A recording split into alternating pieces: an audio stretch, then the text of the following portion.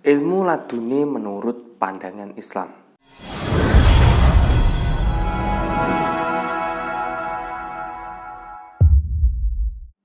Assalamualaikum warahmatullahi wabarakatuh dan salam sejahtera buat kita semua. Semoga kita semua selalu diberikan kesehatan dan keberkahan oleh Allah SWT, serta dijauhkan dari segala penyakit ataupun mara bahaya. Amin amin ya robbal alamin.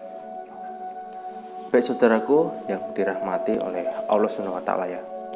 Semua ilmu yang dimiliki makhluk hidup di bumi dan di langit adalah ajaran dari Allah SWT, termasuk ilmu yang dimiliki oleh manusia.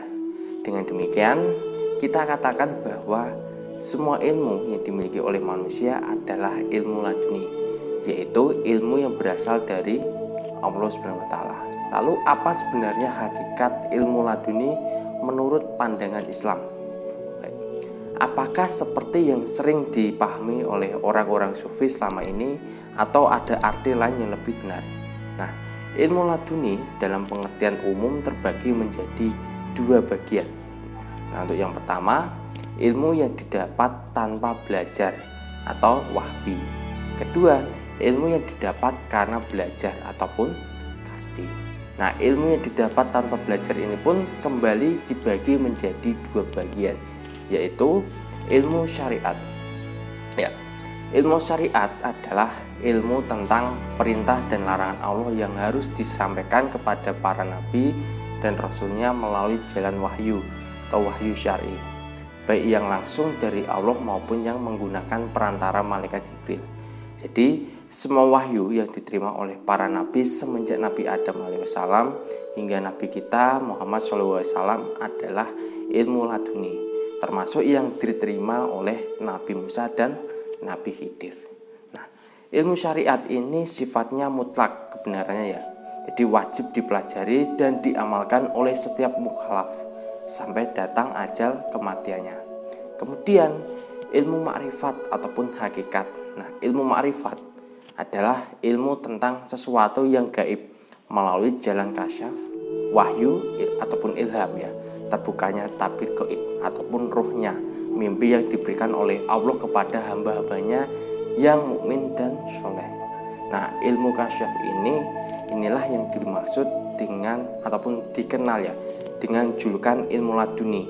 Di kalangan ahli tasawuf ya, sifat ilmu ini tidak boleh diyakini atau diamalkan manakala menyalahi ilmu syariat yang sudah termaktub di dalam mushaf Al-Quran maupun kitab-kitab hadis. Yang dimaksud menyalahi ini adalah ya bisa berbentuk menentang ataupun menambah atau bahkan juga mengurangi.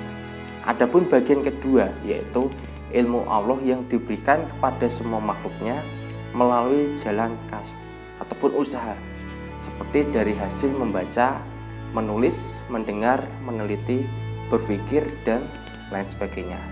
Dari ketiga ilmu ini, yaitu ilmu syariat, makrifat, dan kasb, yang paling utama adalah ilmu yang bersumber dari wahyu, yaitu ilmu syariat, karena ia adalah guru ilmu kasyaf, dan ilmu kasb tidak dianggap apabila menyalahi syariat.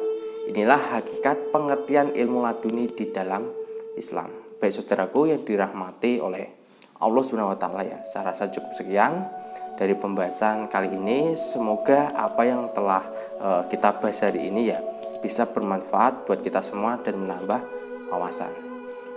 Dan jika ada yang ingin Anda tanyakan ataupun konsultasikan, silakan Anda bisa langsung menghubungi di kontak nomor yang ada di bawah ini, bisa melalui telepon ataupun via WhatsApp. Akhir kata dari saya ucapkan terima kasih atas waktu dan perhatiannya, dan saya Kang Sudiro mohon pamit undur diri.